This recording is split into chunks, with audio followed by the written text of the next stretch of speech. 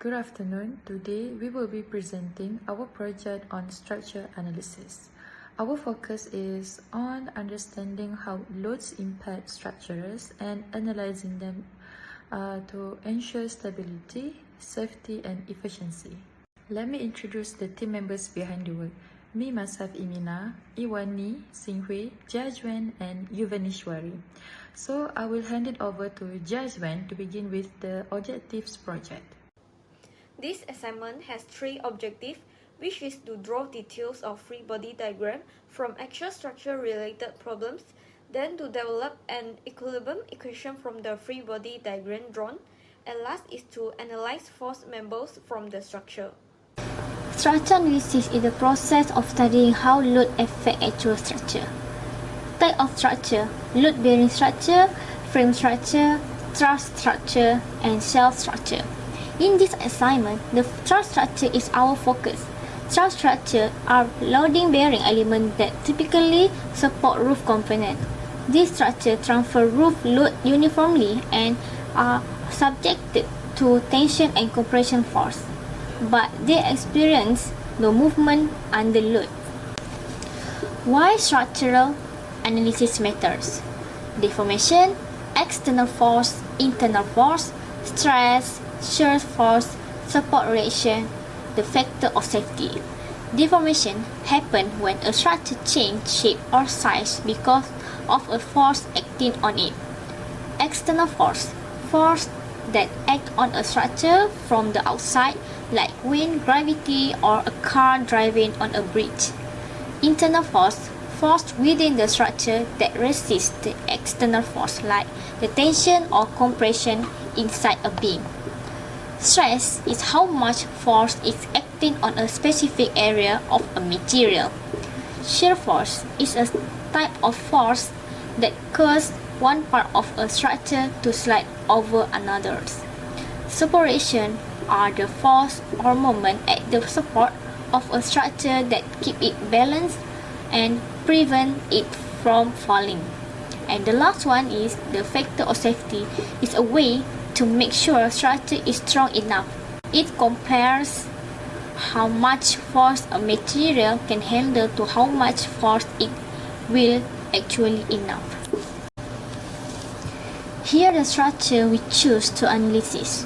From the right side is original picture and the left side is the idealized model. Include dimension and force we assume by measuring and research on internet, like weight of the roof and the wind pressure. Safety requirements exist to protect people, property, and the environment from harms. They are essential for several key reasons, such as preventing accidents and injuries, protecting life and well-being, and also ensuring legal compliance and protecting environments. Definition: factor of safety is the ratio between the ultimate or yield strength of a material and the actual stress it experiences during use. Formula for factor of safety is ultimate load over allowable load. Structure design is important to select material that balance strength, durability, cost, and application suitability. Why force matters? Safety. Ensure the structure can safely support the intended load without collapsing. Reliability. Help account for variation in load condition or material weakness. Prevention. Protect against failures caused by unexpected force or wear over time. Significance in cantilever structures. Material strength. Robust materials like steel ensure that the beams can handle the applied force without yielding or failing. Joint integrity. Secure and well-designed joints are critical, as any loosening or weakening due to stress, wear, or rust can compromise the structure's stability. By using structural analysis, engineers can determine a structure's ability to handle applied load and environmental conditions.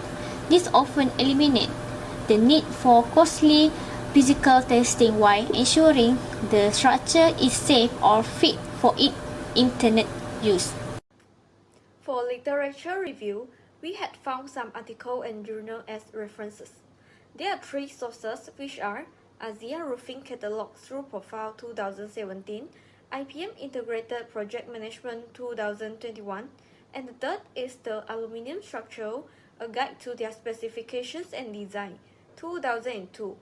Literature review is important because it can prevent structural failures in reality, such as poor installation, material defects, and extreme weather conditions.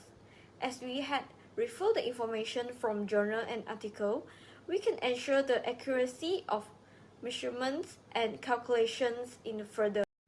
The methodology for analyzing the structure stability of the given frame focuses on evaluating the forces, moments, and reactions resulting from the applied loads and wind pressure. In order for a system to be in equilibrium, it must satisfy all equations of equilibrium.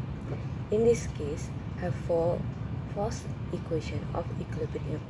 First, total Fx equal to 0, then total Fy equal to 0, then total M is equals to 0. Shear stress is a vector quantity. It is denoted by the symbol tau, where shear stress is equal to force applied divided by area of cross-section that is parallel to the force vector. The object is to analyze the structural stability and forces acting on the frame under given loading condition. The methodology assumes that the frame is rigid and the joints are fixed with the wind pressure evenly distributed. Force at point C, ND, is a distributed load. It is need to change to constant load by using the force equals to pressure times by area. Then we will get the value of force at point C and D. F at point D and E is a distributed load too. It is need to change to constant load by using force equals to P times by area. Then we will get the value of force at point D and E. The assumption of point C using material. The material is aluminium with density is 270 kg per meter square. To find the force at point C, we have to calculate the cross-sectional area. Then we have to find the value of volume using cross-sectional value. To find the mass, we have to use mass equals to density times by volume. Then lastly, we have to get the value of weight of the structure. We have to use Pythagoras theorem to find the length of point B and E. Then we can get the value of the angle of point ABC. Lastly, this figure shows free body diagram with complete value and the reaction force. Next, we will analyze the forces acting on a rectangular frame structure under equilibrium conditions. We'll go step by step through the force and moment calculations to determine the unknown forces at key points of the structure. Let's start by looking at the diagram. The structure is a rectangular frame with a horizontal and vertical dimensions of 2 meters and 1.5 meters. There are several forces acting on this structure. The first one, 975 Newton horizontal forces at both ends. Next, 70.24 newtons, 32.16 newtons, and 1950 newtons vertical forces acting downward. We aim to determine the reactions at point A, Fy, and point B, Fby using equilibrium conditions. We begin with the horizontal force equilibrium. The sum of forces in the horizontal direction equals to 0, represented as shown. So, we simplify the equation and we get the Fbx is equal to 0 Newton. So this means there is no horizontal reaction force at point B. Next, we apply vertical force equilibrium, which is summation of Fy equals to 0. So the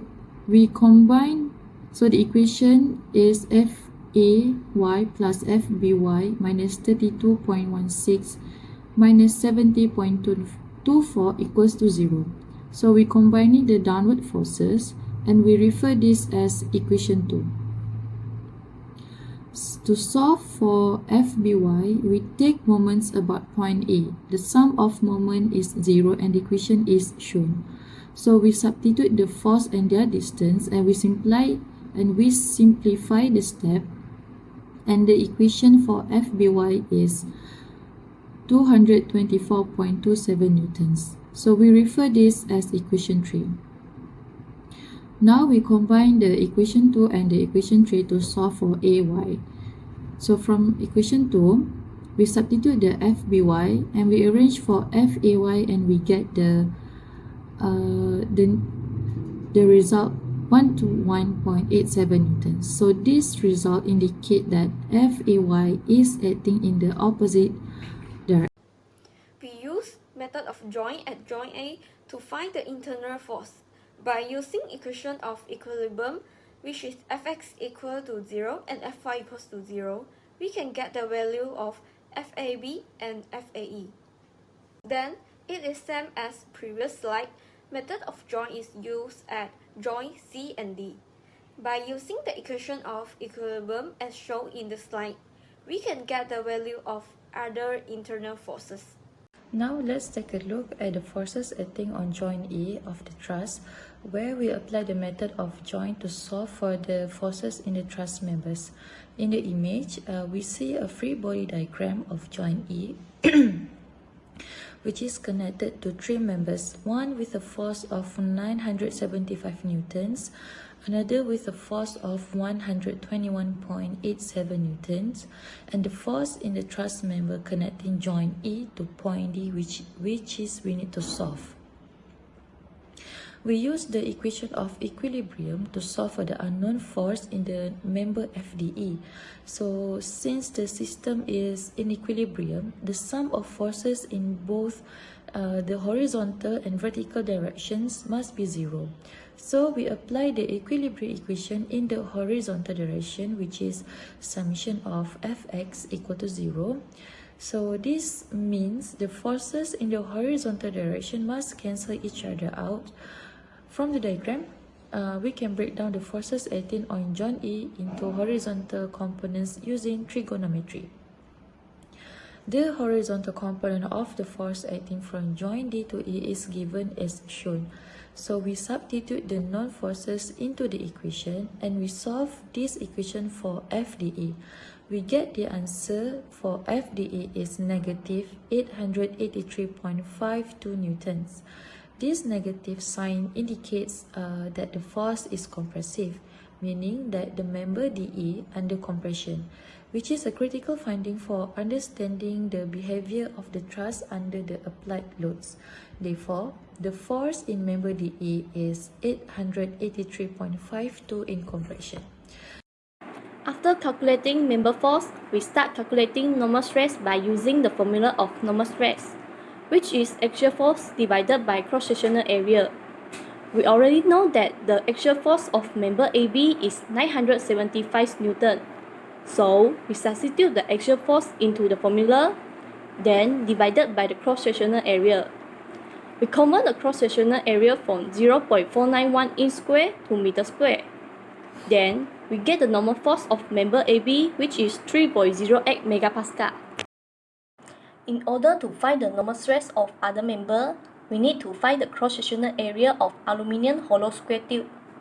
We find the outer area of aluminium hollow square tube by using the assumption outer weight, which is 0.0381 meter. Then, we found that outer area is 0.001452 meter square. To find the inner area, we need to calculate inner weight first using outer weight 0.0381 meter minus 2 times wall thickness 0.00635 meter. And we get that inner width is 0.0254 meter. Now, the inner area can be found using inner weight 0.0254 meter, and we found that inner area is 0.0006452 meter squared.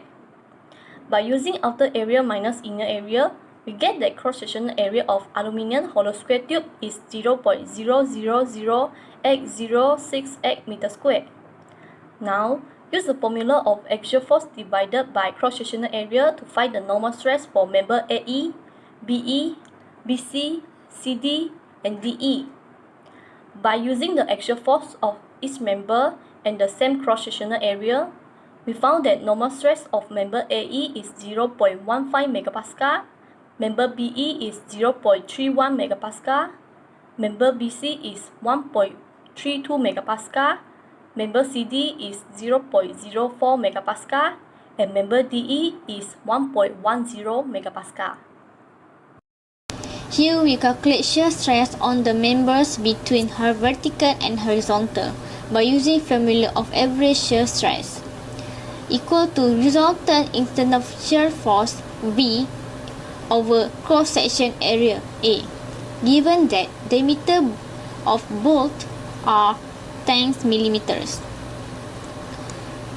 Now we need to find the resultant internal shear force V by using formula F over A. The F, as we know, 975 Newton over A, and the V is equal to 243.75 Newton. Here we can calculate the average shear stress.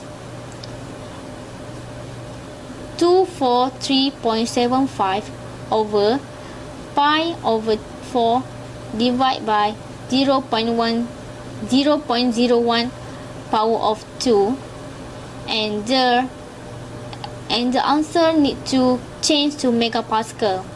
The answer of average shear stress is 3.10 megapascal. Next, we need to calculate factor of safety. Given that the yield strength of aluminium alloy is 42,000 psi or 290 megapascal, ultimate tensile strength of aluminium alloy is 35,000 psi or 241 megapascal. By using formula factor of safety equal to stress failure over stress allowable. As we know, stress failures is 290 megapascal and stress allowable is 241, and 290 over 241 equal to 1.20. The answer of factor of safety is 1.20. Based on the analysis, we found external force, internal force, normal stress, shear stress in the bolt, and factor of safety. To calculate the external force, we use the principle of static equilibrium, which are sum of the horizontal force equal to 0, sum of the vertical force equal to 0, and sum of the moment equal to 0. We found that vertical reaction force at point A is negative 121.87 Newton. It means that FAY was acting downward. For point B, the vertical reaction force was 224.27 Newton. That's for acting upward. And the horizontal reaction force was 0 Newton, which is not net horizontal reaction due to the balance of opposing wind pressure. This result ensures that the truss is in static equilibrium under the applied load. To calculate the internal force, we use method of joint and equation of equilibrium. Starting at joint A, member AB was found with a force of negative 975 Newton, which is under compression, while the member AE is in tension with a force of 121.87 Newton. Next, member BE at joint B was calculated to carry a compressive force of negative 242.21 Newton, while member BC experienced a compressive force of negative 1066.48 Newton. At joint C, member CD was under tension with a force of 32.16 Newton, and member DE at the joint E was under compression with a force of negative 883.52 Newton. According to this result, members that resist wind pressure or directly support vertical load are mostly in compression, whereas members that transfer force diagonally and typically in tension. Therefore, it indicates that the truss structure is balanced and the load path effectively transfers force to the support. It prevents structural instability or failure. To calculate normal stress for each member, we use the formula axial force divided by cross-sectional area. After we calculate the normal stress of each member, we compare the calculated normal stress with the yield strength of 6061 T6 aluminium, which is 290 MPa, to make sure that all truss members remain well within safe stress limit under the given load. We found that all of the calculated normal stress was below the material yield strength. This result demonstrates the truss ability to withstand the applied force and maintain structural safety. Besides that, to calculate average shear stress in the board connected to truss member, we use the formula resultant internal shear force per cross-sectional area to ensure that the truss can withstand the applied force. Since the total internal force of 975 Newton is shared equally among 4 boards, each board experiences a resultant internal shear force of 243.75 Newton, and the cross-sectional area of each board is 0.0000785. The resulting average shear stress was found to be 3.10 MPa. When the value of a board's shear stress is below the typical shear strength of the board, it means that the board can withstand the applied force to ensure a safe and reliable connection between the truss members. This result shows that the board can maintain the truss structure integrity under the given loading condition. To calculate factor of safety for the aluminium alloy 6061 T6, the formula factor of safety, which is failure stress per allowable stress, was used to evaluate the material ability to withstand applied force without failure. The yield strength of the material, which represents the stress at which permanent deformation begins, is 290 MPa. The ultimate tensile strength, which represents the maximum stress of material can endure before breaking, is 241 MPa. By comparing these two values, the factor of safety was determined to be 1.20. This means that the material can handle up to 20% more stress than its ultimate tension stress before yielding. In conclusion, our analysis confirmed that the truss structure is stable, safe, and well designed to handle applied forces. The materials and design effectively distribute loads and maintain equilibrium. By implementing our recommendations, such as using advanced materials and improving wind load modeling, the structure safety and longevity can be further enhanced. For the recommendations, while the structure performs well under analysis, we recommend regular inspections to prevent issues like material degradation or joint failure. Upgrading to materials with higher strength-to-weight ratios and better corrosion resistance could further improve performance. Additionally, advanced computational tools could be used for more accurate wind load modeling. Strengthening connections and adding redundant load path would also enhance the structure's resilience against extreme conditions.